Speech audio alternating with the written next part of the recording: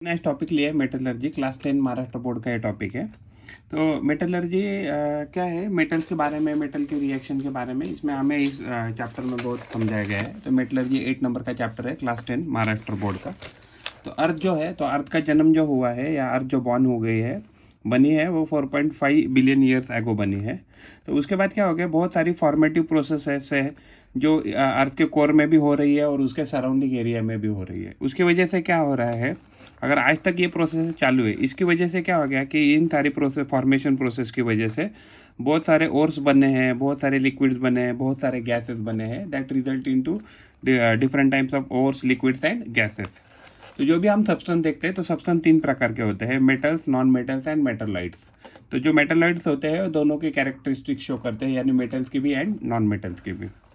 अगर हम physical properties of metals की बात करें, तो जो मेटल्स होते हैं वो एक्चुअली सॉलिड स्टेट में पाए जाते हैं। मर्क्यूरी एंड गैलियम जो है वो लिक्विड स्टेट में रूम टेम्परेचर में पाए जाते हैं। मेटल के पास खुद का लस्टर होता है, चमक होती है, और मेटल का ऑक्सीडेशन होता है, जिसकी वजह से क्या होता है, उसका लस्टर कम होने लगता है। ऑक्सीजन हो गया, मॉइस्चर हो गया या वाटर हो गया, सम रिएक्टिव गैसेस में decrease the lustre of metal. तो ये क्या है, oxygen, moist air or even water क्या करती है, जो लस्टर है इसका मेटल का, उसको कम करती है। जो मेटल्स होते हैं वो डक्टाइल्स होते हैं, यानी कि उससे हम क्या कर सकते हैं, वायर्स बना सकते हैं। मेलेबल होते हैं, यानी कि उनके साथ हम शीट बना सकते हैं। एंड गुड कंडक्टर्स, जो मेटल्स होते हैं good conductors of heat and electricity होते हैं। कोई मीन्स कुछ मेटल्स है एक्सेप्शन कि जो हीट और इलेक्ट्रिसिटी को अच्छे से कैरी आउट नहीं कर सकते हैं। अल्कली जो मेटल्स होती है, यानी ग्रुप 1 की जो भी मेटेरियल्स है, for example lithium, sodium and potassium, lithium, sodium and potassium, तो ये इतने हार्ड मेटल्स नहीं होती, यानी कि अगर आप उसको छुरी से काटने की कोशिश करेंगे, नाइफ से, तो आराम से कट जाएगी। Metals have high melting point. तो जनरली जो भी मेटल्स रहते हैं तो उनके मेल्टिंग पॉइंट कैसे रहते हैं, हाई रहते हैं। जैसे फॉर एग्जांपल टंगस्टन की हम एग्जांपल लेते हैं, तो उसका मेल्टिंग पॉइंट आ जाता है 3422 degree Celsius. Sodium, potassium, mercury, gallium having low melting point and low boiling point. Generally क्या होता है कि मेटल जो होते हैं उनके बॉइलिंग पॉइंट एंड उनके मेल्टिंग पॉइंट्स क्या रहते हैं, हाई होते हैं। लेकिन सोडियम, पोटेशियम, मर्क्यूरी, गैलियम ये क्या है, एक्सेप्शन है इस फेनोमेना को। मेटल्स आर सोनोरस, यानी कि देखिए जब भी मेटल किसी दूसरे हार्ड ऑब्जेक्ट के साथ अगर स्ट्रक किए जाते हैं तो साउंड प्रोड्यूस करते हैं, इसको सोनोरिटी ऐसे भी कहते हैं। तो मेटल्स क्या होते हैं, सोनोरस ऐसे होते हैं। Physical properties of non metal. तो नॉन मेटल की अगर हम बात करें तो some are in solid state. तो बहुत सारे हमें जो मेटल्स है तो हमें सॉलिड स्टेट में भी मिलेंगे, some are in gaseous state. लेकिन अगर हम ब्रोमीन की अगर बात करें तो रूम टेम्परेचर पे हमें कहाँ मिलता है ब्रोमीन, तो लिक्विड स्टेट में मिलता है। तो जो नॉन मेटल्स होते हैं उनके पास खुद का लस्टर नहीं होता है, एक्सेप्ट आयोडीन। आयोडीन क्या होता है, थोड़ा क्रिस्टलाइन भी होता है, और उनके क्रिस्टल के पास खुद का शाइन होता है। Non metals are not hard, लेकिन उस पर एक एक्सेप्शन है, डायमंड है जो एलोट्रोप ऑफ कार्बन है। तो क्या होता है, वो हार्डेस्ट नेचुरल सब्सटेंस है इन द वर्ल्ड। तो जो नॉन मेटल्स होते हैं जनरली उनके जो मेल्टिंग पॉइंट रहते हैं एंड जो उनके बॉइलिंग पॉइंट रहते हैं वो लो रहते हैं। जो नॉन मेटल्स होते हैं वो bad conductors of heat and electricity होते हैं। लेकिन अगर हम ग्रेफाइट की बात करते हैं, एलोट्रोप ऑफ कार्बन है वो, it's a very good conductor of electricity. अगर हम डायमंड की बात करते हैं तो diamond is the allotrope of a carbon, it is a very good conductor of a heat, but diamond क्या होता है कि it's a bad conductor of electricity. अगर हम केमिकल प्रॉपर्टीज ऑफ मेटल के बारे में बात करें तो केमिकल जो मेटल्स होते हैं, मेजॉरिटी ऑफ द मेटल्स होते हैं वो केमिकली रिएक्टिव होते हैं, यानी केमिकल रिएक्शन शो करते हैं। मेटल जो होते हैं वो इजीली इलेक्ट्रॉन लूज करते हैं, इसकी वजह से इलेक्ट्रोपॉजिटिव नेचर उनका होता है। रिएक्टिविटी सीरीज ऑफ मेटल की अगर हम बात करें तो रिएक्टिव सीरीज में सबसे अगर रिएक्टिव कोई मेटल रहेगा तो पोटेशियम रहेगा, उसके बाद है सोडियम, उसके बाद लिथियम, कैल्शियम, उसके बाद मैग्नीशियम, एल्यूमिनियम, जिंक, आयरन, उसके बाद है टिन, फिर लीड, फिर कॉपर, फिर मर्क्यूरी, फिर सिल्वर और गोल्ड। ये आपको रिएक्टिविटी सीरीज याद रखना है क्योंकि आपके एग्जाम में ये आ सकती है। रिएक्शन ऑफ मेटल, तो जब भी metal, majority of the metal जब ऑक्सीजन के साथ रिएक्ट करेंगे तो क्या बनाएंगे, तो मेटल ऑक्साइड बनाएंगे। सोडियम जो है वो रिएक्ट करेगा एयर के साथ at the room temperature. Air in the sense हमें ऑक्सीजन कहना है। Sodium react with the air at a room temperature. तो उसके साथ जब रूम टेम्परेचर के साथ रूम टेम्परेचर में अगर रिएक्ट करता है एयर के साथ, तो यानी कि 4 सोडियम सॉलिड स्टेट में हम लेते हैं, अगर ऑक्सीजन गैस अगर उसके साथ रिएक्ट करते हैं तो क्या मिलता है हमें, सोडियम ऑक्साइड मिलता है सॉलिड स्टेट में। To prevent air contact sodium is kept in kerosene. तो केरोसिन क्या है, नॉन पोलर सब्सटेंस है, तो सोडियम को कहाँ रखा जाता है, to avoid the air contact kerosene में रखा जाता है। हाँ, अगर मेटल ऑक्साइड अगर पानी में मिलाया जाए तो जो मेटल ऑक्साइड होते हैं जनरली बेसिक नेचर के होते हैं, तो हमें अल्कली मिलता है। अल्कली एक ऐसा सब्सटेंस है जो पानी में इजीली डिजॉल्व हो जाता है। यानी कि अगर हम सोडियम ऑक्साइड को अगर हाइड्रोजन ऑक्साइड यानी पानी डाइहाइड्रोजन ऑक्साइड के साथ अगर हम रिएक्ट करते हैं, यानी सोडियम ऑक्साइड और पानी का अगर रिएक्शन करते हैं तो हमें मिलेगा 2NaOH यानी सोडियम हाइड्रोक्साइड, जिसको हम कॉस्टिक सोडा ऐसे भी कह सकते हैं। Some metal oxides are soluble in water. तो बहुत सारे मेटल क्या है कि some metals are soluble in water, यानी कि अगर आप उसको पानी में डाल देंगे तो क्या हो जाएगा, वो डिजल हो जाएंगे।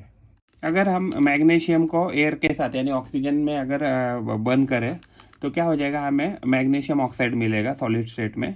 तो मैग्नीशियम ऑक्साइड को वापस अगर हम पानी में डालें तो एक्चुअली इसमें डिजल हो जाएगा और क्या बना देगा, मैग्नीशियम हाइड्रोक्साइड बना देगा।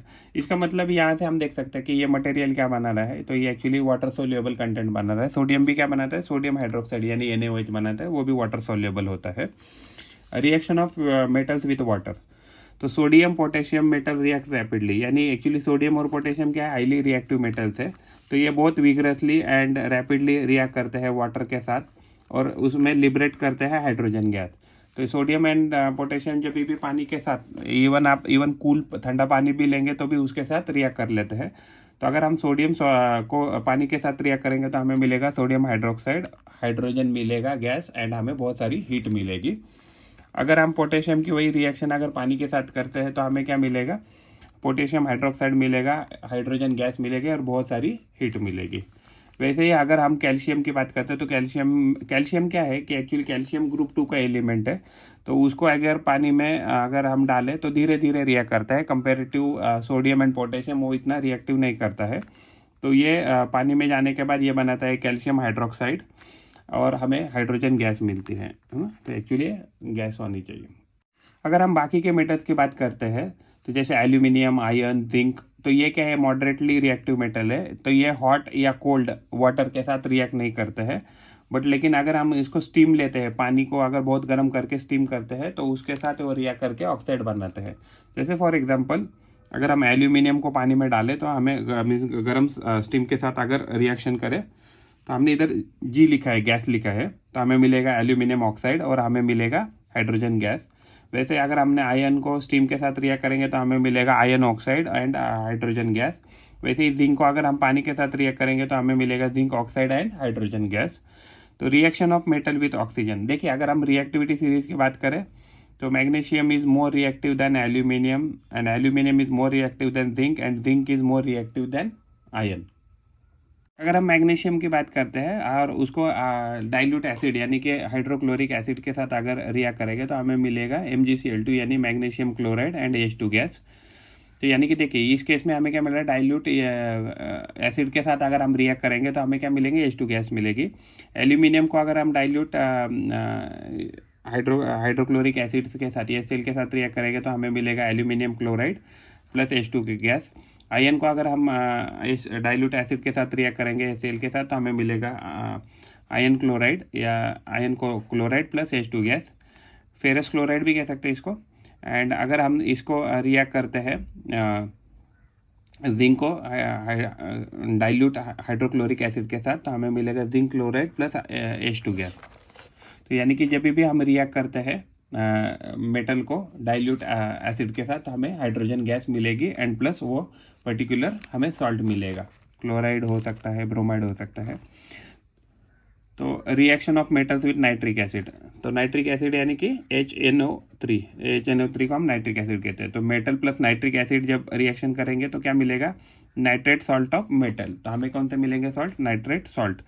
कॉपर को अगर हम रिएक्शन मान लीजिए कॉन्सेंट्रेटेड नाइट्रिक एसिड के साथ करते हैं तो हमें क्या मिल रहा है, कॉपर नाइट्रेट मिल रहा है प्लस नाइट्रोजन डाइऑक्साइड मिल रहा है। तो ये एक्चुअली गैस के फॉर्म में उड़ जाएगी और हमें पानी मिलेगा 2H2O। अगर हम कॉपर की रिएक्शन डाइल्यूट नाइट्रिक एसिड के साथ करते तो हमें क्या मिल रहा है, वापस कॉपर नाइट्रेट ही मिल रहा है। लेकिन हमें इस केस में अभी क्या, पहले NO2 मिल रही थी गैस, हमें क्या मिल रही है, NO गैस। NO गैस यानी नाइट्रिक गैस हो गई, and NO2 means nitrogen dioxide gas हो गई। तो हमें यहाँ क्या, कौन सी गैस मिल रही है, नाइट्रिक ऑक्साइड गैस मिल रही है, एंड प्लस 4 मोल ऑफ हमें क्या मिल रहा है, H2O। NO क्या होता है, NO होती है नाइट्रिक गैस, उसके बाद N2O होती है नाइट्रस ऑक्साइड गैस, उसके बाद होती है NO2 नाइट्रोजन डाइऑक्साइड गैस। अगर हम एक्वारेजिया की बात करते हैं तो एक्वारेजिया क्या है, एक highly corrosive and fuming liquid होता है। जो लिक्विड ये होता है तो ये क्या है, it can dissolve Nobel metal like gold and platinum को भी अपने आप में केमिकल रिएक्ट करके डिजॉल्व कर सकता है। तो जब भी हम 3 पोर्शन यानी कि 3 मोल हाइड्रोक्लोरिक एसिड कॉन्सेंट्रेटेड लेते हैं एंड प्लस 1 पोर्शन या 1 मोल नाइट्रिक एसिड का लेते हैं तो हमें क्या मिलता है, एक्वारेजिया मिलता है। तो एक्वारेजिया जब भी हम फ्रेशली प्रिपेयर करते हैं तो हमें ये जो एक्वारेजिया होता है वो जो आपके लेस रिएक्टिव मेटल्स है जैसे गोल्ड एंड प्लैटिनम, उसको अपने अंदर डिजॉल्व कर सकता है। रिएक्टिविटी सीरीज ऑफ मेटल, तो रिएक्टिविटी सीरीज ऑफ मेटल हम कहाँ इस्तेमाल करते हैं, मान लीजिए फॉर एग्जांपल यहाँ बुक में हमें 2 सॉल्यूशन दिए हैं। एक में क्या है देखिए, या कॉपर सल्फेट के सॉल्यूशन में आपने नेल डाला है, या इवन कॉपर वायर जो डाला है वो फेरस सल्फेट के सॉल्यूशन में डाला है। तो एग्जैक्टली इस पर्टिकुलर रिएक्शन में कौन सा मेटल कहाँ कौन सा डिस्प्लेस करेगा, ये अगर आप पता पाएंगे तो अगर हम ये रिएक्टिविटी से देखते हैं, देखिए तो अगर हम ये रिएक्टिविटी सीरीज देखते हैं तो देखो आयन क्या है, आयन है एग्जैक्टली कॉपर से बहुत ज़्यादा रिएक्टिव।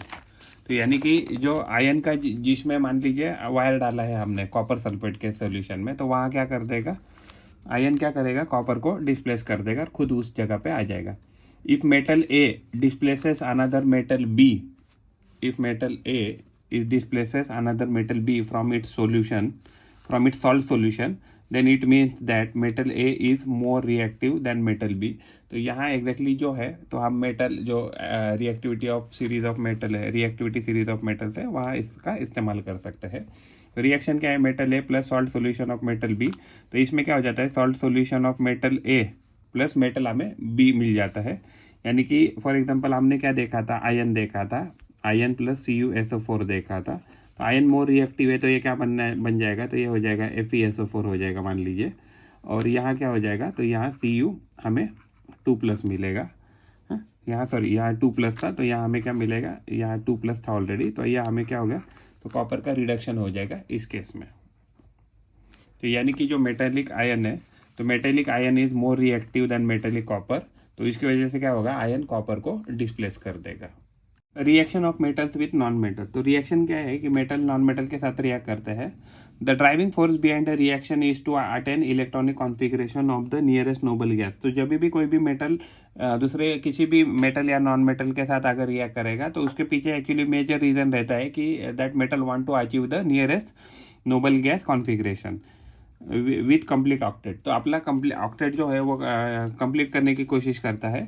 फॉर एग्जांपल अगर हम सोडियम की बात करते हैं, सोडियम जब रिएक्ट करता है क्लोरीन गैस के साथ, नॉन मेटल के साथ, तो हमें क्या मिलता है, सोडियम क्लोराइड, ये एक आयोनिक कंपाउंड मिलता है। जैसे मैग्नीशियम है, तो मैग्नीशियम क्या करता है, क्लोरीन के साथ रिएक्ट करके MgCl2 बना लेता है। जो पोटेशियम है, तो पोटेशियम क्लोरीन के साथ मिलकर क्या बनाता है, पोटेशियम क्लोराइड बनाता है। इस केस में जो भी अगर आप उनके सोडियम हो गया, सोडियम देखिए, सोडियम का एटॉमिक नंबर है 11, तो उसने क्या किया, उसने एक इलेक्ट्रॉन लूज किया, तो उसने 10 पे गया। तो 10 यानी कि किसका इलेक्ट्रॉनिक कॉन्फ़िगरेशन है, तो ये नियॉन का कॉन्फ़िगरेशन है। अगर Mg की बात करते हैं तो Mg क्या हो गया, Mg एक्चुअली क्या था, यहाँ 0 से कहाँ गया, +2 पे गया, तो इसके पास कितने इलेक्ट्रॉन आ गए, 10। तो ये भी किसका कॉन्फ़िगरेशन है, ये भी नियॉन का कॉन्फ़िगरेशन है। पोटेशियम की बात करते हैं तो ये 18 है, 19 है। तो 19 के केस में क्या हो गया, 19 के केस में उसने एक इलेक्ट्रॉन लूज़ किया ओवरऑल, और एक इलेक्ट्रॉन लूज़ करने के बाद उसने क्या बनाया, 18 पे गया। तो 18 किसका इलेक्ट्रॉनिक कॉन्फ़िगरेशन है, तो आर्गन का है। तो एक्चुअली जो भी नियरेस्ट नोबल गैस है, तो वो इलेक्ट्रॉनिक कॉन्फ़िगरेशन अटेन करने के लिए मेटल कोशिश करते हैं। Chemical properties of non metal, तो नॉन मेटल जनरली क्या होता है, इलेक्ट्रोनिगेटिव एलिमेंट होते हैं, यानी कि they are more interested to accept the electron, they accept the electron and form negatively charge ion. Negatively charge ion को क्या कहते हैं, हम एनायन कहते हैं। तो जो नॉन मेटल्स रहते हैं, नॉन मेटल्स क्या फॉर्म करते हैं, तो एनायंस फॉर्म करते हैं। Reaction of non metals with oxygen, तो जनरली नॉन मेटल जो होते हैं ऑक्सीजन के साथ ज़्यादा रिएक्शन नहीं करते हैं, तो बहुत कम ही है कि जो इजीली ऑक्सीडाइज हो जाते हैं। तो नॉन मेटल और प्लस ऑक्सीजन जो है अगर वो रिएक्ट करते हैं तो क्या बनाएंगे, एसिडिक ऑक्साइड बनाते हैं। देखो जो नॉन मेटल है वो एसिडिक ऑक्साइड बनाते हैं, एंड जो मेटल्स है वो क्या है, बेसिक ऑक्साइड बनाते हैं। कार्बन प्लस ऑक्सीजन अगर कंप्लीट ऑक्सीडेशन करते हैं, यानी कि बहुत सारा ऑक्सीजन लेते हैं, तो हमें CO2 मिलेगा। CO2 एक एसिडिक है कंपाउंड। अगर हम लिमिटेड सप्लाई ऑफ ऑक्सीजन लेते हैं, यानी इनकम्प्लीट कंबशन कह सकते हैं, तो हमें कार्बन मोनोऑक्साइड मिलेगी। कार्बन प्लस ऑक्सीजन हमें क्या, इनकम्प्लीट कंबशन में हमें कार्बन मोनोऑक्साइड मिलेगी, कि जो कंपाउंड क्या रहता है, न्यूट्रल होता है। If you talk about the sulphur plus oxygen, तो ये कंबशन प्रोसेस में हमें SO2 गैस मिलती है, और SO2 गैस क्या रहती है, एसिडिक नेचर की होती है। Reaction of non metal with water, halogen में जो नॉन मेटल होते हैं, नॉन मेटल जनरली पानी के साथ ज़्यादा रिएक्ट नहीं करते हैं, तो जो हैलोजन होते हैं, हैलोजन क्या है, बहुत क्वांटिटी में इसके साथ रिएक्ट करते हैं पानी के साथ। नॉन मेटल्स में हैलोजन जनरली पानी के साथ ज़्यादा रिएक्शन करते हैं। जैसे क्लोरीन गैस ली, अगर हमने H2O लिया तो हमें क्या मिलेगा, HOCl। HOCl का नाम क्या है, हाइपोक्लोरस एसिड कह सकते हैं, एंड प्लस हमें क्या मिलेगा, HCl एक्वस मिलेगा। Non metals plus dilute acid reaction, तो हैलोजेंस एक्चुअली इसमें भी क्या है, नॉन मेटल डाइल्यूट एसिड के साथ ज़्यादा रिएक्शन शो नहीं करते हैं, बट लेकिन हैलोजन जो होते हैं वो डाइल्यूट एसिड के साथ भी रिएक्शन शो करते हैं। जैसे for example chlorine gas plus HBr, यानी कि हाइड्रोजन ब्रोमाइड, ये क्या एक प्रकार का एसिड ही है। तो अगर हम क्लोरीन गैस एंड HBr लेते हैं तो हमें क्या मिलेगा, ACl। एक्चुअली ये डिस्प्लेसमेंट रिएक्शन कह सकते हैं। इसमें क्लोरीन क्या कर लेगा, ब्रोमीन को डिस्प्लेस कर देगा, एंड ब्रोमीन गैस रिलीज हो जाएगी इस प्रोसेस में। अगर हम नॉन मेटल और हाइड्रोजन की रिएक्शन देखें, तो नॉन मेटल और हाइड्रोजन रिएक्शन बना के ये बनाते हैं। तो for example sulphur plus hydrogen gas मिलके हाइड्रोजन सल्फाइड बनाएंगे, and nitrogen plus oxygen hydrogen gas एक साथ आके अमोनिया बनाएगी। ये नाइट्रोजन हाइलाइट कह सकते हैं आप उसको, एक प्रकार का। ये इसका नाम है अमोनिया, और ये जो है ये हाइड्रोजन सल्फाइड है। आयनिक जो कंपाउंड होते हैं वो कटायन और आनायन से बनते हैं। तो मेटल क्या होते हैं, मेटल जनरली कटायन बनाते हैं, नॉन मेटल जनरली आनायन बनाते हैं। तो ये जब कटायन और आनायन इलेक्ट्रोस्टैटिक फोर्स के द्वारा एक दूसरे से जुड़े रहते हैं तो आयोनिक बॉन्ड बनाते हैं। तो ionic compound is electrically neutral, यानी कि प्लस चार्ज निगेटिव चार्ज को बैलेंस करके क्या कर लेगा, तो इलेक्ट्रिकली न्यूट्रल बना लेगा खुद को। आयोनिक जो कंपाउंड होते हैं क्रिस्टलाइन इन नेचर होते हैं, उनके पास डेफिनेट शेप होता है, स्मूथ होते हैं एंड शाइनी होते हैं। उनका रेगुलर अरेंजमेंट होने के कारण एक्चुअली क्या होता है, वो क्रिस्टलाइन दिखते हैं। Different compound have different shape, यानी कि बहुत सारे अगर आपने आयोनिक कंपाउंड अगर अलग अलग देखे तो अलग अलग एक्चुअली कंपाउंड के अलग अलग आपको क्रिस्टलाइन शेप मिलेंगे। तो क्रिस्टल का जो शेप होता है वो किस पे डिपेंड करता है, size of positive and negative charge ion. तो एक पॉजिटिव और निगेटिव चार्ज आयन पे कितना चार्ज है उस पर डिपेंड करेगा कि क्रिस्टल का शेप कैसा होगा। Magnitude of the electrical charge on the iron, तो यानी कि कितना एग्जैक्टली चार्ज है उसके ऊपर, यानी कि +2 है, +3 है, +4 है, तो उस हिसाब से क्या हो जाएगा, तो ये आयोनिक बॉन्ड बनाएंगे। Magnitude of the electrical charge on the ion, high melting point. जो एक्चुअली आयोनिक कंपाउंड होते हैं उनका मेल्टिंग पॉइंट बहुत हाई होता है और वो हार्ड होते हैं बहुत, एंड ब्रिटल भी होते हैं। प्रॉपर्टीज ऑफ आयोनिक कंपाउंड्स, तो जो आयोनिक कंपाउंड है उनकी प्रॉपर्टी के बारे में, वो actually ionic compound solid state में पाई जाती है, हार्ड रहती है, ब्रिटल इन नेचर होती है, हाई इंटरमोलिकुलर फोर्स। कटायन और एनायन इलेक्ट्रोस्टैटिक फोर्स से एक दूसरे से जुड़े हैं, तो उसकी वजह से क्या होता है, उनको एक्चुअली उनके बॉन्ड तोड़ना बहुत मुश्किल काम है। तो they do have a high melting point and high boiling point. तो जो पोलर नेचर के होते हैं आयोनिक कंपाउंड, तो वाटर सॉल्युबल होते हैं इसके लिए, क्योंकि वाटर भी क्या होता है, पोलर नेचर का होता है। तो polar dissolves in polar and non polar dissolves in non polar. तो insoluble in non polar solvent, तो एक्चुअली पोलर कंपाउंड की नॉन पोलर कंपाउंड में सॉल्युबल नहीं रहेंगे। Solid state can not conduct electricity, यानी कि जो आयोनिक कंपाउंड है, जैसे हमने नमक लिया घर का NaCl, तो अगर वो सॉलिड स्टेट में है तो इलेक्ट्रिसिटी को कंडक्ट नहीं कर सकता है, क्योंकि उसके पास आयन फ्री स्टेट में नहीं है। लेकिन अगर हमने वही आयन अगर इफ्यूज यानी कि एक्वस में लिया या उसको मोल्ड करके ले लिया गर्म करके, तो एक्चुअली आयन फ्री हो जाता है और वो जो है आयनिक जो कंपाउंड है इजीली इलेक्ट्रिसिटी को कंडक्ट कर सकता है, कैरी कर सकता है। Ion dissociated in molten and fuse state to help conduct electricity. तो अगर हमने जैसे उसको मोल्ड कर दिया है या मान लीजिए एक्वस में डाल के उसको डिजोल्व कर दिया, तो ये क्या करते हैं, आयन फ्री हो जाते हैं और आसानी से इलेक्ट्रिसिटी को कंडक्ट करते हैं। Ionic compound called as electrolyte. तो इलेक्ट्रोलाइट ऐसे लिक्विड होते हैं कि जो इलेक्ट्रिसिटी को कैरी करते हैं। What is metallurgy? Metallurgy is the science and technology regarding the extraction of metals from ores and their purification for the use. तो ore से मान लीजिए जो भी हमें मेटल मिल रहा है तो उसका एक्सट्रैक्शन करना और उसको प्योरेस्ट फॉर्म में अवेलेबल करके लेना फॉर इट्स पर्पज और यूज़, तो उसको ही मेटलर्जी ऐसा कहा जाता है। तो occurrence of metals due to reactive nature metals are found in salt, oxide, carbonate and sulphide and nitrate. तो मेटल बहुत सारे मेटल बहुत सारे ज़्यादा रिएक्टिव होते हैं। उसकी वजह से क्या होता है, नेचर में वो हमें मिलते हैं in the form of salt, oxide, carbonate, sulphide and nitrate.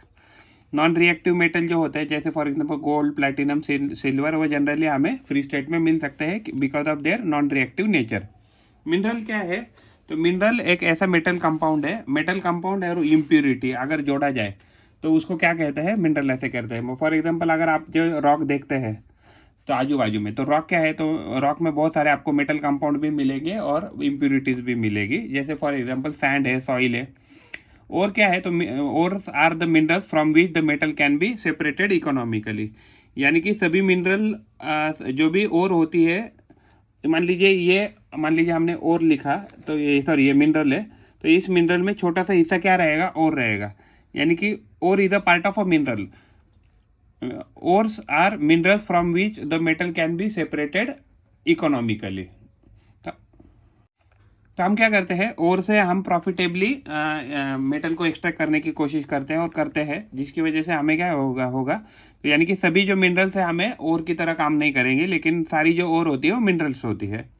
तो गैंग क्या है, तो गैंग जो है तो उसको हम कह सकते हैं impurities content by the ore. तो मान लीजिए कोई भी मेटल है, तो मेटल के साथ जो भी अनवांटेड चीज़ें हैं वो मेटल भी हो सकता है दूसरा, या अदरवाइज नॉन मेटल हो सकता है या मेटलॉइड हो सकता है, तो इसको क्या कहते हैं, गैंग ऐसे कहते हैं। Gang is nothing but the impurity content by the ores. Basic principles of metallurgy. तो कौन से जब भी हम मेटल को एक्सट्रैक्ट करते हैं तो हमें क्या करना है, उसमें से जितनी पॉसिबल है उतनी इम्प्यूरिटीज कम करना है। तो इम्प्यूरिटीज कम करने के पहले प्रोसेस को कहते हैं कॉन्सेंट्रेशन ऑफ ओर। तो उसमें क्या करते हैं, separation of gangue from the ore. तो गैंग को अगर हम कम करेंगे, इम्प्यूरिटीज को कम करेंगे, तो हमें क्या मिलेगा, कॉन्सेंट्रेटेड मेटल या ओर मिलेगा। Concentration of desired metal is increase. तो यानी कि जितना हम क्वांटिटी जो इम्प्यूरिटीज है या गैंग है, अगर वो उसमें से निकालेंगे तो हमें क्या मिलेगा, हायर कॉन्सेंट्रेशन मेटल मिलेगा। Separation based on gravitation. तो पहला मेथड है कि हम क्या करेंगे, with the help of gravity हम क्या करेंगे, इम्प्यूरिटीज को सेपरेट करेंगे। इसमें एक्चुअली क्या है कि जो भी आपका मेटल है या इम्प्यूरिटी है उसमें ग्रेविटेशनल फर्क होना चाहिए, तो तभी जाके हम ये कर सकते हैं। तो heavy particles are separated from light particle with the help of gravitational method. तो ग्रेविटेशनल मेथड का इस्तेमाल करके हम क्या करेंगे, इनको सेपरेट करेंगे। फॉर एग्जांपल आपने एक कंटेनर लिया, कंटेनर में मान लीजिए आपने उसमें पानी वगैरह डाला, तो पानी डालने के बाद जो लाइट पार्टिकल है ऊपर फ्लोट करेंगे, तो और कुछ पार्टिकल जो हेवी है वो नीचे रहेंगे।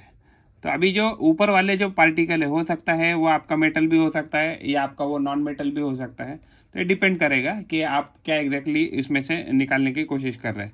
तो अगर मान लीजिए आपका जो मेटल है अगर उसकी डेंसिटी कम है तो ऊपर फ्लोट करेगा, या आपकी इम्प्यूरिटीज़ है वो अगर जो ज़्यादा डेंस है या नीचे है या मेटल नीचे है, तो ये बहुत ईजी हो जाएगा। यानी कि अगर हम इन दोनों चीज़ों को फिल्टर करते हैं तो आराम से हम क्या करते हैं, इम्प्यूरिटीज़ को सेपरेट कर सकते हैं अवे फ्रॉम द मेटल्स।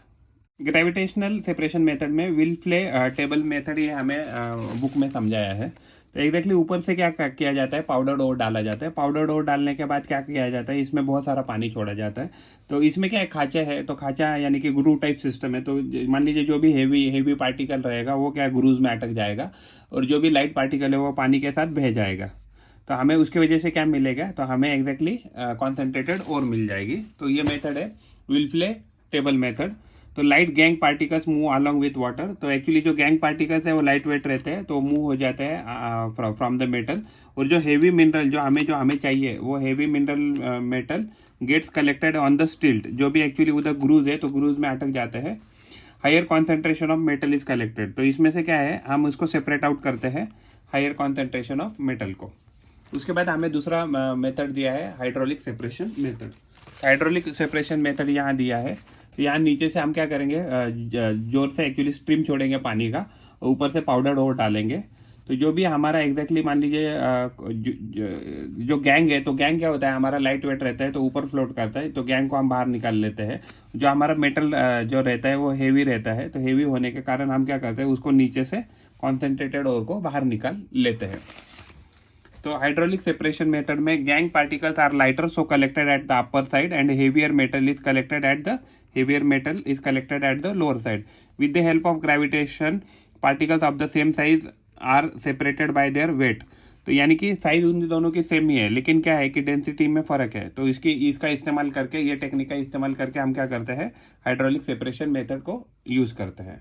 तो हमें दिया है बुक में मैग्नेटिक सेपरेशन मेथड। तो यहाँ से ऊपर से हम इसमें ओर डालेंगे, ओर डालने के बाद ये जो रोटर है, तो एक प्रकार का एक्चुअली ये जो व्हील है, तो ये क्या है, तो ये जो रोलर है ये मैग्नेटिक है, ये नॉन मैग्नेटिक है। तो ये मैग्नेटिक होने के कारण क्या हो जाएगा, तो मैग्नेटिक जो भी पार्टिकल है उसके साथ चिपक जाएंगे और यहाँ आके इधर गिरेंगे। जो नॉन मैग्नेटिक पार्टिकल है, because of the actually speed क्या है, speed of the conveyor belt, तो आगे गिरते रहेंगे।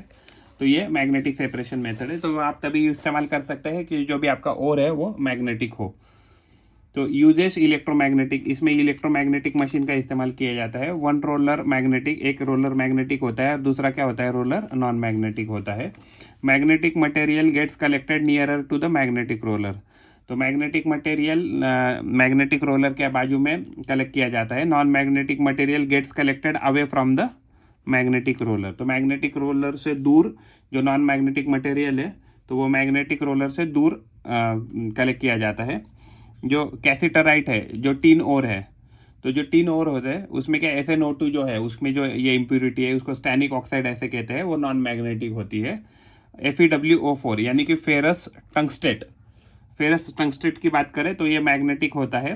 तो ये एक्चुअली जो कैसेटराइट यानी टीन ओर जो है, तो टीन ओर जो है उसका सेपरेशन हम इलेक्ट्रोमैग्नेटिक मेथड से करते हैं। हमें बुक में दिया है फ्रोथ फ्लोटेशन मेथड। तो फ्रोथ फ्लोटेशन मेथड में क्या होता है कि एग्जैक्टली इसमें मान लीजिए ओर डाला रहता है, तो उस ओर में क्या है कि बहुत सारी इम्प्यूरिटीज़ भी है। तो सल्फाइड ओर के लिए एग्जैक्टली ये इस्तेमाल किया जाता है। तो जो भी एक्चुअली इसमें क्या टेक्निक यूज़ किया जाता है, हाइड्रोफिलिक एंड हाइड्रोफोबिक। तो जो वाटर के साथ रहते हैं जो भी पार्टिकल, उसको बोलते हैं हाइड्रोफिलिक, और जो भी पार्टिकल वाटर से दूर रहना चाहते हैं उसको बोलते हैं hydrophobic. For example oil and water. तो ऑयल क्या है, हाइड्रोफोबिक है, तो वो क्या है, ऑयल पानी से दूर रहना कोशिश करता है। जो सल्फर होता है वो एक्चुअली ऑयल फिलिक रहता है। तो इसकी वजह से ऑयल फिलिक होने के कारण क्या होता है, ऑयल के सरफेस के ऊपर वो क्या करता है, खुद को एडजॉर्ब कर लेता है। तो ये इसमें क्या किया जाता है, इसमें एक्चुअली ये एजिटेटर है, एक मिक्सर पकड़ लीजिए जो घर में हम यूज़ करते हैं। इसमें ऑयल डाला जाता है, इसमें ओर डाली जाती है, और ये जो रोटर है, इस रोटर को गोल गोल गोल गोल घुमाया जाता है। इसकी वजह से क्या होता है, मिक्सर की तरह घुमाया जाता है। इसके ऊपर क्या आता है, झाग आ जाता है। झाग कोई क्या कहते हैं, फ्रोथ, FROTH, फ्रोथ। तो ये फ्रोथ आ जाता है उसके ऊपर। तो फ्रोथ आने के बाद क्या हो जाता है कि froth flotation method, it is based on the property hydrophilic and hydrophobic. Hydrophobic material gets wetted by oil. जैसे सल्फर है, तो सल्फर क्या होता है कि हाइड्रोफोबिक होता है, तो ऑयल के साथ चिपक जाता है। हाइड्रोफिलिक जो मटेरियल है वो get wetted by the water, वो यानी कि वो नीचे बैठ जाता है। इसमें एक्चुअली जो ऑयल यूज़ किया जाता है वो वेजिटेबल ऑयल हो सकता है या पाइन ऑयल हो सकता है, ये यूकैलिप्टस ऑयल यूज़ किया जाता है for the formation of the froth. Froth यानी झाग है, बुलबुले हम बोल सकते हैं। साबुन डालने के बाद, साबुन का पानी बनाने के बाद जो झाग बनता है, वैसे हम उसको बोलते हैं froth. With the help of agitator foam rises. तो फोम राइज होता है, ऊपर आता है, और उसके साथ क्या आता है, उसके साथ एग्जैक्टली सल्फर भी ऊपर आता है। This method is use for the concentration of zinc blende. तो जिंक ब्लेड जो है यानी कि सल्फर का जो भी ओर है, तो सल्फर एक्चुअली क्या इम्प्यूरिटी रहता है, तो सल्फर एग्जैक्टली वहाँ से दूर किया जाता है। यानी कि जिंक के प्यूरिफिकेशन में, इवन कॉपर के प्यूरिफिकेशन में हम इसको यूज़ कर सकते हैं। तो एक्चुअली जो आपका ये जो है, तो ऊपर से हम क्या कॉन्सेंट्रेटेड सल्फाइड और दूर कर लेते हैं, और नीचे से जो गैंग है तो इसमें हम सल्फाइड और इसको दूर कर लेते हैं, और इस यहाँ से नीचे हमें क्या मिल जाएगा, तो कॉपर है, कॉपर था और क्या था, कॉपर तो जिंक था, कॉपर और जिंक हमें नीचे से मिल जाएगा। तो ये सेपरेशन हम इसका ऐसे कर सकते हैं। में हमें एक्चुअली इसके बाद लीचिंग दिया है प्रोसेस। लीचिंग एक प्रकार का प्रोसेस, सड़ाना बोल सकते हैं हम, सड़ाना या रॉट करना। The first step in extraction of aluminium, तो एक्चुअली एल्यूमिनियम हो गया, गोल्ड हो गया, सिल्वर हो गया, तो इसमें एक्सट्रैक्शन में एल्यूमिनियम गोल्ड सिल्वर के एक्सट्रैक्शन का पहला प्रोसेस है। और को क्या किया जाता है, सोक किया जाता है सर्टन सोल्यूशन में बहुत समय के लिए, जिसकी वजह से क्या हो जाए, वो सोक भी हो जाए, तो ore get dissolve in the solution. तो और क्या होती है कि एग्जैक्टली उसमें डिजॉल्व हो जाती है solution due to chemical reaction. तो जो भी और है तो और उसमें डिजॉल्व हो जाती है। गैंग जो है नॉन रिएक्टिव होता है सॉल्यूशन के साथ, तो उसकी वजह से वो डिजॉल्व नहीं होता है, तो उसको हम क्या कर सकते हैं, फिल्टर आउट करके निकाल के ले सकते हैं। तो जो बॉक्साइट ओर होता है, बॉक्साइट ओर का फॉर्मूला है Al2O3, एल्यूमिनियम ऑक्साइड कह सकते हैं। तो बॉक्साइट ओर जो होता है एल्यूमिनियम ओर, तो इस प्रोसेस से हम इसको सेपरेट आउट करते हैं। तो इसमें जो सॉल्यूशन यूज़ किया जाता है वो आइदर एक्वस NaOH यानी सोडियम हाइड्रोक्साइड हो सकता है, या एक्वस Na2CO3 यानी सोडियम कार्बोनेट हो सकता है। अगर हम एक्सट्रैक्शन ऑफ रिएक्टिंग मेटल्स की बात करें तो पोटेशियम, सोडियम, एल्यूमिनियम, तो ये क्या है, रिएक्टिव मेटल्स है। तो रिएक्टिव मेटल अगर डाइल्यूट एसिड के साथ अगर रिएक्ट करते हैं तो हमें हाइड्रोजन गैस मिलती है। Reactive metals burn with oxygen at room temperature, तो रिएक्टिव मेटल को अगर आप खुले में भी छोड़ देंगे तो क्या करेंगे, तो वो ऑक्सीजन के साथ रिएक्ट करके बर्निंग चालू कर देंगे। इलेक्ट्रोलाइसिस क्या है, तो इलेक्ट्रोलाइसिस की मेथड से हम सोडियम, कैल्शियम, मैग्नीशियम जो है तो वो मोल्टन क्लोराइड के सॉल्यूशन से हम मोल्टन क्लोराइड के जो सॉल्ट होते हैं तो वहाँ से हम इलेक्ट्रोलाइसिस करके सोडियम, कैल्शियम और मैग्नीशियम जो मेटल है उनको एक्सट्रैक्ट कर सकते हैं। तो जो मेटल होता है तो मेटल एग्जैक्टली हम जो होता है कैथोड पे जमा हो जाता है, और जो क्लोरीन गैस है वो एनोड पे जमा हो जाती है। एंड कैथोड पे जो रिएक्शन होती है, फॉर एग्जांपल हमने यहाँ सोडियम की एग्जांपल लिया है, तो सोडियम में क्या हो जाएगा, तो सोडियम एक इलेक्ट्रॉन ले लेगा और खुद को कन्वर्ट कर लेगा सोडियम में, यानी सोडियम का रिडक्शन हो जाएगा। If you talk about the anode, तो एनोड क्या हो जाएगा, एनोड पे एक्चुअली 2 क्लोरीन माइनस आयन जमा हो जाएंगे, और वो एग्जैक्टली क्या करेंगे, तो वो 2 इलेक्ट्रॉन रिलीज कर देंगे, और उससे क्या हो जाएगा, उस क्लोरीन जो है, क्लोरीन माइनस आयन, उसका ऑक्सीडेशन हो जाएगा। एक्सट्रैक्शन ऑफ एल्यूमिनियम की बात की है, तो एक्सट्रैक्शन ऑफ एल्यूमिनियम के लिए हमें एग्जैक्टली ये ड्राइंग दिया है बुक में। तो ये जो लाइनिंग है, तो लाइनिंग कैथोड की है, तो लाइनिंग कैथोड की है, जो लाइनिंग है वो कार्बन से बनी है, और ये जो एक्चुअली जो एनोड है, तो एनोड क्या है, तो एनोड वो ग्राफाइट रॉड के ही है, यानी कि दोनों ग्राफाइट के एनोड कैथोड बनाया है। तो एग्जैक्टली क्या होता है इस प्रोसेस में, aluminium being reactive metal does not found in free state, तो एल्यूमिनियम हमेशा हमें कंपाउंड स्टेट में मिलेगा या कॉम्प्लेक्स में मिलेगा। वो एल्यूमिनियम जो है वो थर्ड हाईली एबंडेंट एलिमेंट है in the earth crust after the oxygen and silicon. तो ये सबसे ज़्यादा हमें अर्थ क्रस्ट में ऑक्सीजन मिलता है, उसके बाद हमें सिलिकॉन मिलता है, और उसके बाद हमें एल्यूमिनियम मिलता है। तो बॉक्साइट ओर जो होता है तो ये हाइड्रेटेड ओर है, Al2O3, इसको एल्यूमिना ऐसा भी कह सकते हैं, Al2O3 को हम एल्यूमिना ऐसा ही कह सकते हैं, उसको बॉक्साइट ऐसा ही कहते हैं। जो बॉक्साइट ओवर होती है इसमें क्या होता है 30 to 70% एल्यूमिनियम ऑक्साइड होता है, एंड रिमेनिंग पार्ट क्या होता है, गैंग यानी इम्प्यूरिटी होता है। गैंग क्या हो सकती है, तो सैंड हो सकता है, सिलिका हो सकता है, आयन हो सकता है, तो ये इसमें इम्प्यूरिटी मिलती है। कॉन्सेंट्रेशन ऑफ बॉक्साइट ओवर यानी कॉन्सेंट्रेशन यानी हम उसमें से इम्प्यूरिटी कम करते हैं। तो बॉक्साइट है तो इसका नाम एल्यूमिना भी कह सकते हैं, Al2O3, एल्यूमिनियम ऑक्साइड ऐसा भी कह सकते हैं। It is the main ore of the aluminium. Impurities क्या होती है बॉक्साइट मीन्स ओर में, तो हमें सिलिकॉन यानी सिलिका यानी कि SiO2, सिलिका डाइऑक्साइड मिल सकता है, सिलिकॉन डाइऑक्साइड मिल सकता है। उसके बाद हमें फेरिक ऑक्साइड Fe2O3 मिल सकता है उसमें, या टाइटेनियम ऑक्साइड TiO2 भी इसमें इम्प्यूरिटी मिल सकती है। सेपरेशन ऑफ इम्प्यूरिटीज हम कैसे कर सकते हैं, एल्यूमिनियम प्यूरिफिकेशन बेयर्स मेथड से भी कर सकते हैं और हॉल्स मेथड से भी कर सकते हैं। तो concentrated alumina obtained by calcination, तो बाद में क्या कैल्सिनेशन क्या है, रोस्टिंग होता है एक प्रकार का, यानी हीटअप होता है। तो जब भी हम किसी चीज़ को गर्म करते हैं with limited supply of oxygen तो इसको कैल्सिनेशन ऐसे कहते हैं। तो बेस प्रोसेस में क्या किया जाता है, बेस प्रोसेस में ore is grounded in a ball mill, तो पहले जो ओर होती है उसके छोटे छोटे टुकड़े किए जाते हैं, उसके बाद उसको लीचिंग किया जाता है by heating with the concentrated solution of caustic soda, यानी NaOH के साथ हीटिंग किया जाता है at the temperature of 140 degrees to 150 degrees under high pressure. बहुत ज़्यादा प्रेशर देके हमें उसको हीटिंग करना है, कितना, तो around 2 to 8 hours in the digester. तो उसको डाइजेस्टर में रख के हम उसको हीटिंग करते हैं। फिर उसके बाद जो भी हमें मिलता है वो Al2O3 यानी कि एल्यूमिनियम ऑक्साइड जो मिलता है वो एम्फोटेरिक नेचर का होता है। अगर हम एल्यूमिनियम ऑक्साइड की बात करें तो एल्यूमिनियम ऑक्साइड प्लस 2H2O, तो उसको अगर हम NaOH के साथ अगर रिएक्ट करें तो हमें क्या मिलेगा, 2NaAlO2। तो ये क्या है, सोडियम एल्यूमिनेट है। तो सोडियम एल्यूमिनेट मिलेगा प्लस हमें पानी भी मिलेगा। तो iron oxide is not soluble in water, तो आयन ऑक्साइड पानी में सोल्यूबल नहीं होता है, तो हम इसको फिल्टर आउट कर सकते हैं। Soluble in NaOH not water. तो iron oxide is not soluble in NaOH, तो हम फिल्ट्रेशन उसको सेपरेट आउट कर सकते हैं। Silica is a gang is water soluble, तो पानी में एक्चुअली क्या होता है कि गैंग एग्जैक्टली सोल्यूबल हो जाता है, तो उसकी वजह से हमें क्या मिलता है, सोडियम सिलिकेट मिलता है। तो Na2AlO2 यानी कि क्या है, ये सोडियम एल्यूमिनेट। अगर हम उसको पानी डालें, उसको डाइल्यूट करें, और डाइल्यूट करके पहले हमारा टेम्परेचर कितना था, 140 डिग्रीज टू 150 डिग्रीज, तो हम इसका टेम्परेचर लाएंगे लगभग 50 डिग्रीज, तो हमें मिलेगा sodium hydroxide plus aluminium hydroxide. तो ये हम कूल डाउन करते हैं, जिसकी वजह से हमें क्या मिलता है, सोडियम एल्यूमिनेट मिलते हैं। Na2AlO2 का नाम क्या है, सोडियम एल्यूमिनेट। हॉल्स प्रोसेस से हम एल्यूमिनियम एक्सट्रैक्शन करते हैं। तो इसमें जो ओर होता है एल्यूमिनियम का, इसको पहले पाउडर किया जाता है, उसके बाद लीचिंग किया जाता है विद सोडियम कार्बोनेट के साथ, डाइजेस्टर में उसको रखा जाता है, और उसके बाद to form water soluble sodium aluminate. तो सोडियम एल्यूमिनेट का फॉर्मूला है Na2AlO3। उसके बाद इनसॉल्युबल जो इम्प्यूरिटीज होती है उसको फिल्टर आउट किए जाती है, यानी कि जो भी सॉल्युबल नहीं हुआ उसको फिल्टर आउट कर दीजिए। फिल्ट्रेट जो भी है उसको फिर बाद में गर्म किया जाता है, वार्म किया जाता है एंड न्यूट्रलाइज किया जाता है बाय पासिंग कार्बन डाइऑक्साइड। उसके ऊपर से कार्बन डाइऑक्साइड उसमें मिक्स किया जाता है।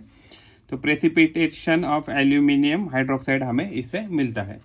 देखिए हमने क्या लिया, पहले एल्यूमिनियम ओर लिया यानी बॉक्साइट लिया, उसके बाद हमने क्या डाला, उसमें सोडियम कार्बोनेट डाला, उसके बाद हमें क्या मिला, सोडियम एल्यूमिनेट मिला। सोडियम एल्यूमिनेट के बाद हमें CO2 जो है वो गैस रिलीज हो गई और हमें पानी भी मिला। तो जो आगे का प्रोसेस है, सोडियम एल्यूमिनेट है, उसमें और हमने पानी डाला और उसमें हमने कार्बन डाइऑक्साइड डाला, उसकी वजह से क्या हो गया कि ये न्यूट्रलाइज हो गया। तो एक्चुअली ये क्या होता है, ये एसिडिक होता है और ये बेसिक होता है। तो ये न्यूट्रलाइज हो गया, तो इसकी वजह से हमें क्या मिला, सोडियम हाइड्रोक्साइड मिला, और हमें क्या मिला, वापस सोडियम कार्बोनेट मिला। तो जो प्रेसिपिटेट हमें एल्यूमिनियम हाइड्रोक्साइड का मिला is obtained in both. Bear process में भी हमें सोडियम हाइड्रोक्साइड मिलता है, हॉल प्रोसेस में भी हमें क्या मिलता है, एल्यूमिनियम हाइड्रोक्साइड मिलता है। वो हम उसको फिल्टर करते हैं, उसके बाद उसको वॉश करते हैं, उसको ड्राई करते हैं, और देन कैल्साइन करते हैं। कैल्साइन यानी उसको गर्म करते हैं with limited supply of the oxygen. तो उसको गर्म करते हैं हम अराउंड 1000 डिग्रीज, तो उससे हमें क्या मिलता है, एल्यूमिना मिलता है। तो रिएक्शन है टू एल्यूमिनियम, अगर हम एल्यूमिनियम हाइड्रोक्साइड को अगर गर्म करते हैं तो हमें मिलेगा Al2O3 यानी एल्यूमिनियम ऑक्साइड मिलेगा, और हमें क्या मिलेगा, 3 मोल पानी मिलेगा। इलेक्ट्रोलाइटिक रिडक्शन ऑफ एल्यूमिना, तो इसमें क्या कहता है, एल्यूमिनिया जो होता है उसका मेल्टिंग पॉइंट होता है 2072 डिग्री सेल्सियस। तो इसमें ग्रेफाइट का कैथोड यूज़ किया जाता है, और ग्रेफाइट का ही एनोड, ग्रेफाइट रॉड का ही एनोड यूज़ किया जाता है। इसमें एग्जैक्टली क्या होता है कि उसका जो मेल्टिंग पॉइंट है एल्यूमिनियम ऑक्साइड का या बॉक्साइड का, तो वो कम करने के लिए हम उसमें क्रायोलाइट डालते हैं। क्रायोलाइट का फार्मूला है Na3AlF6, और फ्लूरोस्पार, तो फ्लूरोस्पार का फार्मूला है CaF2। तो इसकी वजह से जो उसका मेल्टिंग पॉइंट है वो अराउंड 1000 डिग्री तक आ जाता है। कैथोड जो है, कैथोड पे हमें एल्यूमिनियम जो है हमें कैथोड पे मिलता है, और एनोड पे हमें ऑक्सीजन गैस मिलती है।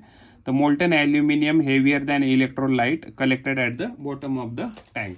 तो एग्जैक्टली हमें इसका इलेक्ट्रोलाइटिक रिडक्शन ऑफ एल्यूमिनिया का यहाँ बुक में दिया है। तो कैथोड का ही हमने एनोड लिया है, कैथोड का ही हमने ग्रेफाइट का ही हमने एनोड लिया है, और ग्रेफाइट का ही हमने क्या लिया है, कैथोड लिया है। कैथोड और एनोड दोनों हमने क्या लिए, ग्रेफाइट का लिए है। उसमें हमने ऑक्साइड वगैरह डाला है, उसका टेम्परेचर तक अराउंड 1000 डिग्री रखा है because of the cryolite and fluorspar. तो उसकी वजह से जो भी मोल्टन हमें जो एल्यूमिनियम मिला है हमने यहाँ से नीचे से कैरी आउट कर लिया है। तो उसको हमने जब बाहर निकाला है तो हमें क्या मिला है, उसमें से बहुत कम क्वांटिटी में हमें इम्प्यूरिटीज़ मिली है। तो हमने क्या किया है, तो इसका कॉन्सेंट्रेशन कर दिया है, इसका एल्यूमिनियम का।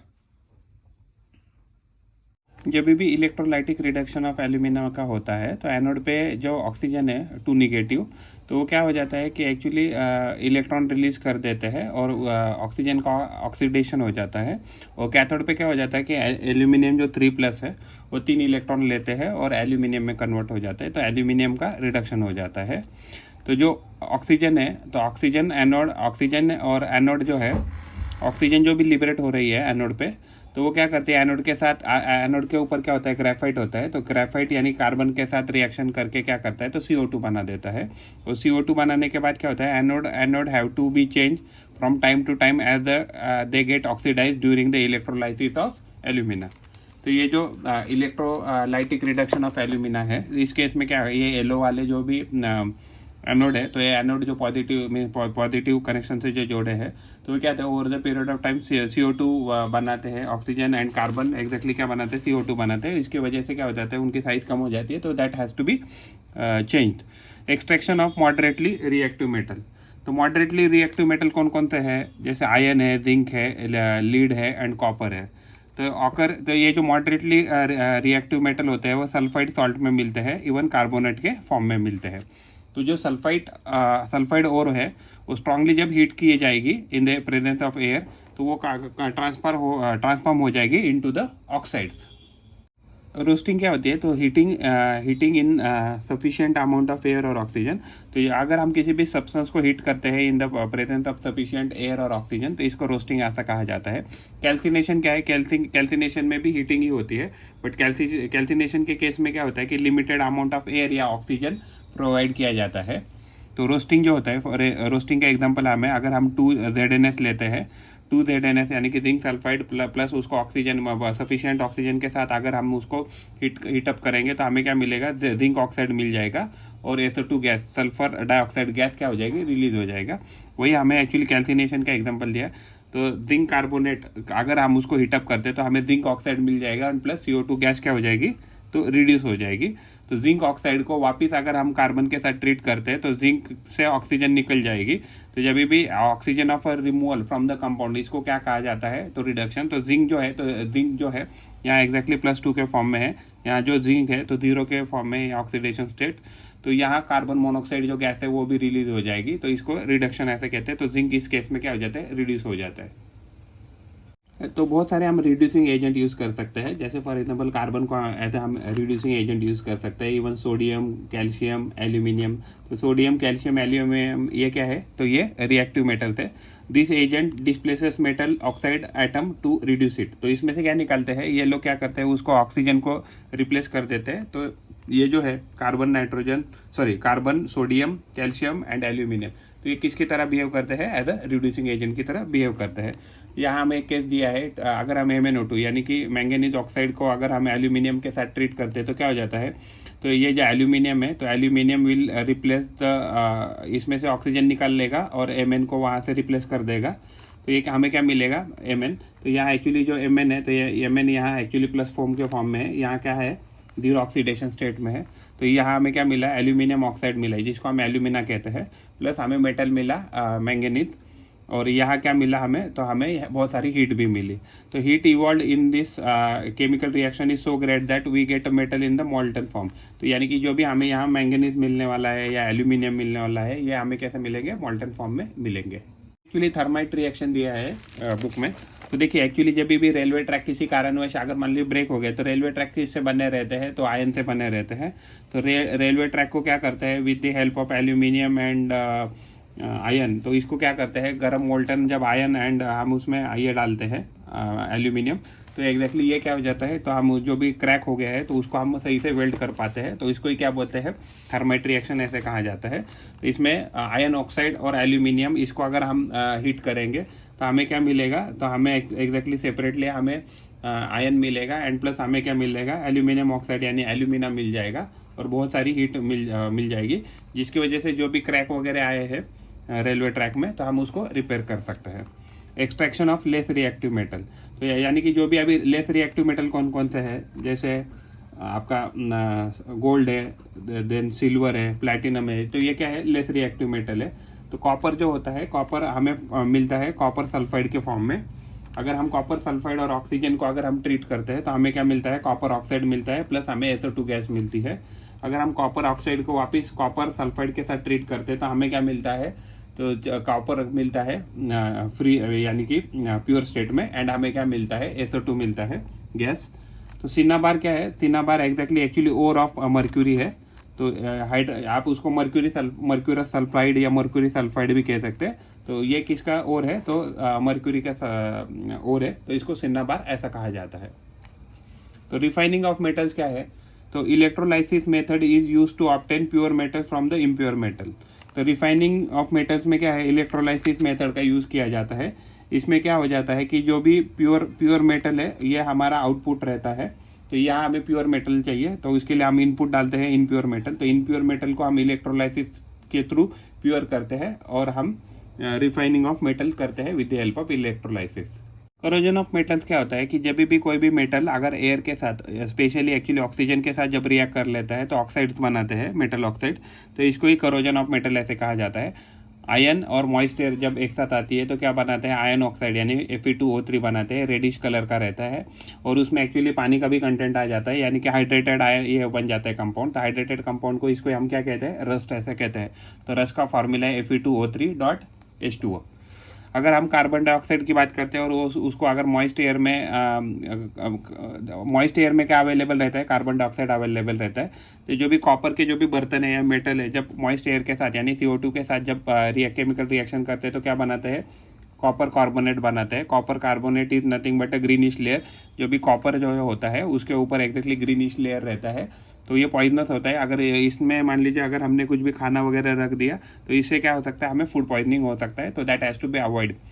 तो इसको जब ये जो ग्रीन कलर है, ग्रीन कलर जो आता है कॉपर को, तो इसको ही क्या कहते हैं, पैटिनेशन ऑफ कॉपर ऐसा कहा जाता है। अगर हम सिल्वर की बात करते हैं और हाइड्रोजन सल्फाइड, जो सिल्वर होता है हवा में क्या होता है, हाइड्रोजन सल्फाइड होता है। तो हाइड्रोजन सल्फाइड के साथ जो क्या बनाता है वो Ag2S यानी कि सिल्वर सल्फाइड बनाता है। ये जो सिल्वर सल्फाइड होता है वो ब्लैकिश कलर का होता है। इसके वजह से क्या होता है, करोजन हो जाता है सिल्वर का। वैसे ही अगर हम ऑक्सीडेशन ऑफ एल्यूमिनियम की बात करें तो ऑक्सीडेशन क्या है, it is a thin layer of aluminium oxide form on it. तो यानी कि अगर Al2O3 है तो एल्यूमिनियम ऑक्साइड जो है, तो ये थिन लेयर ऑक्सीडेशन होकर एल्यूमिनियम का क्या हो जाएगा, एल्यूमिनियम के ऊपर आ जाएगा। तो ये हो गया ऑक्सीडेशन ऑफ एल्यूमिनियम। तो prevention of corrosion, corrosion can be prevented by keeping metal isolated from direct contact with air. तो एयर जब भी किसी भी मेटल के साथ आएगी तो उसके साथ क्या है, पानी में क्या मॉइस्चर है तो H2 उसके साथ रिएक्ट करेगा, या अदरवाइज जो ऑक्सीजन है ऑक्सीजन उसके साथ रिएक्ट करने की कोशिश करेगा, या अदरवाइज CO2 है तो CO2 रिएक्ट करने की कोशिश करेगा। तो इसको ही क्या कहते हैं, इसको ही कहते हैं करोजन।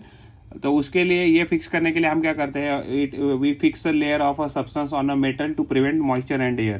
तो हम उसके ऊपर क्या क्या कर सकते हैं, किसी दूसरे ये मान लीजिए कोई तो सब्सटेंस है तो इसके ऊपर हम क्या करेंगे, दूसरी लेयर उसको चढ़ा सकते हैं या उसके ऊपर हम पेंट कर सकते हैं। तो उसके लिए हम क्या कर सकते हैं, apply a layer of paint over a metal. तो पेंट लगा सकते हैं या अदरवाइज ग्रीस लगा सकते हैं या ऑयल लगा सकते हैं या उसको वार्निश कर सकते हैं on it surface. Corrosion of ion can be prevented bye this method. तो स्पेशली आयन जो है, तो आयन के लिए ये मेथड है, जैसे पेंट है, ग्रीस है, ऑयल है, वार्निश है, अगर आप उसके सरफेस पे अगर लगाएंगे तो उससे उसका करोजन जब तक उस टाइम के कुछ टाइम के लिए हम उसको रोक सकते हैं, प्रिवेंट कर सकते हैं। Corrosion can be prevented by putting a layer of non corrodible metal on अ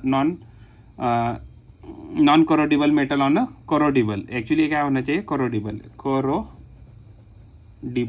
तो यानी कि जो भी सब्सटेंस कोरोजन हो सकता है तो उसके ऊपर हम क्या करेंगे, नॉन कोरोडिबल जो भी सब्सटेंस है या मेटल है उसको लेयर लगा देंगे। तो इससे भी हम क्या कर सकते हैं, रस्टिंग को या कोरोजन को प्रिवेंट कर सकते हैं। गैल्वेनाइजिंग एक मेथड होता है कि जिसकी वजह से मेटल जो है तो मेटल का कोरोजन हम रोक सकते हैं, प्रिवेंट कर सकते हैं। तो जिंक का लेयर एक्चुअली उसके आयन या स्टील के ऊपर कोटिंग किया जाता है, जिंक का कोटिंग, तो उसको एक गैल्वेनाइजिंग ऐसा कहा जाता है।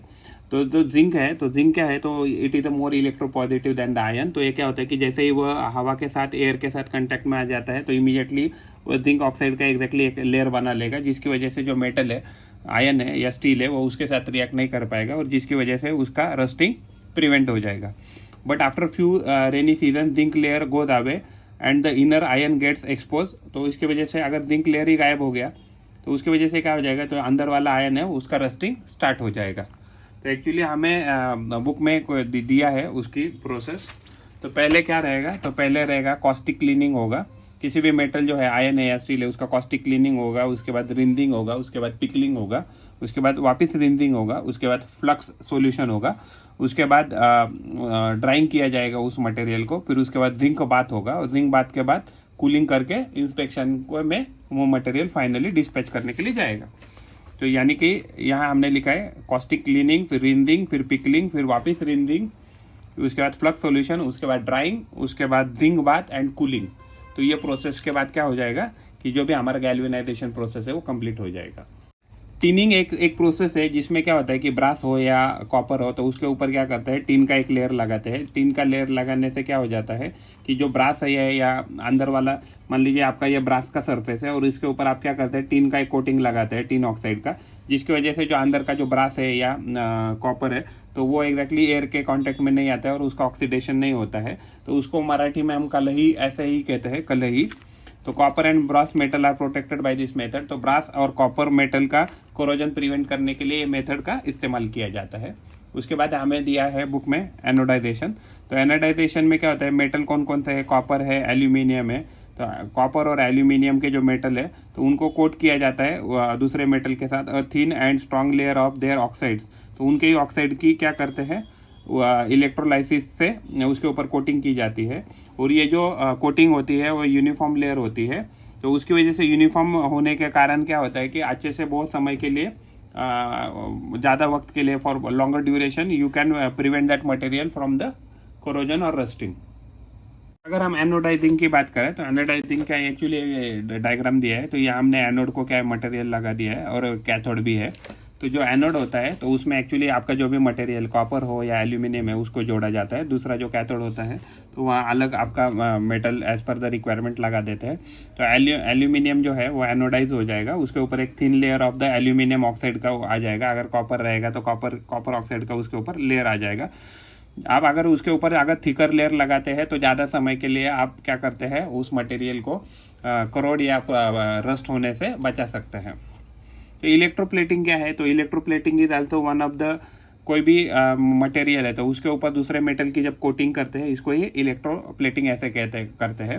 तो एक्चुअली इलेक्ट्रोप्लेटिंग जब हम करते हैं तो actually it is done with the help of the electricity. तो उसमें बैटरी वगैरह लगती है और बैटरी लगकर हम इलेक्ट्रोप्लेटिंग करते रहते हैं। फॉर एग्जांपल इलेक्ट्रोप्लेटिंग का यहाँ एक्चुअली डायग्राम दिया है।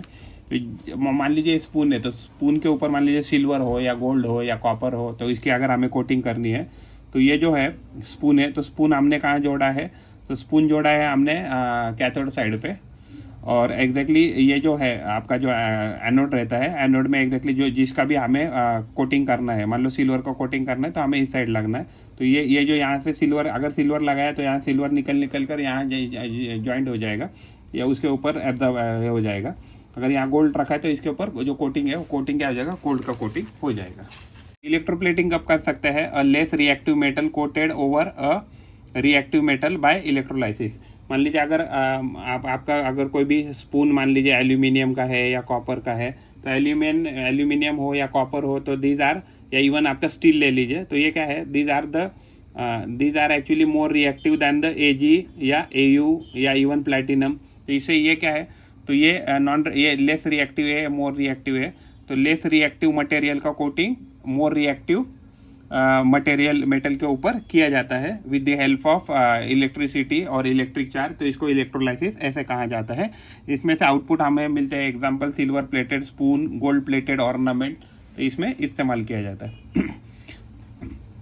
एलोइंग क्या होता है, एलोइंग एक्चुअली जब आप मिनिमम दो या दो से ज़्यादा अगर आप मेटल लेते हैं या नॉन मेटल लेते हैं या कॉम्बिनेशन लेते हैं, उसमें मिनिमम एक तो मेटल होना चाहिए, तो उसको ही क्या कहते हैं, एलोइंग ऐसे कहते हैं। तो ये actually alloy decreases the intensity of corrosion. तो उसको कोरोजन का इंटेंसिटी कम करने के लिए एलोइंग मेथड यूज़ करते हैं। एलोई एक क्या होमोजीनियस मिक्सचर है। तो एक्चुअली इसमें एक मेटल होता है, दूसरा मेटल होता है, वन मेटल, अदर मेटल, या मेटल्स हो सकते हैं, या मेटल हो सकता है, अदर मेटल हो सकता है, या अदर नॉन मेटल भी हो सकता है। And it's a combination of metal and non metals. हाँ, इवन मेटलॉइड भी आप ले सकता है, डिपेंड कि वो कितने अच्छे से परफॉर्म करेगा इस केमिकल रिएक्शन में। तो ब्रॉन्ज जो होता है, तो ब्रॉन्ज में ब्रॉन्ज एक प्रकार का एलो है जिसमें 90% कॉपर है एंड 10% टिन है। अगर स्टेनलेस स्टील की बात करते हैं तो स्टेनलेस स्टील में 74% आयरन होता है, 18% क्रोमियम होता है एंड 8% कार्बन होता है।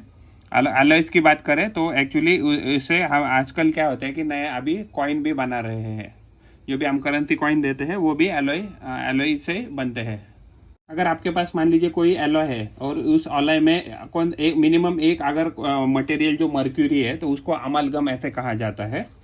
तो जब भी आपका एलॉय है, अगर एलॉय में अगर एक भी मेटल मटेरियल मान लो मर्क्यूरी है, मान लो उसमें कितने भी हो सकते हैं अलग मेटल या नॉन मेटल, तो उसमें अगर मर्क्यूरी है तो उसको अमलगम ऐसा कहा जाता है। जैसे for example sodium amalgam, zinc amalgam. तो पहले जो सिल्वर अमलगम है वो डेंटिस्ट यूज़ करते हैं for the tooth related activities. जो गोल्ड अमलगम है तो उसका इस्तेमाल किया जाता है for the extraction of the gold.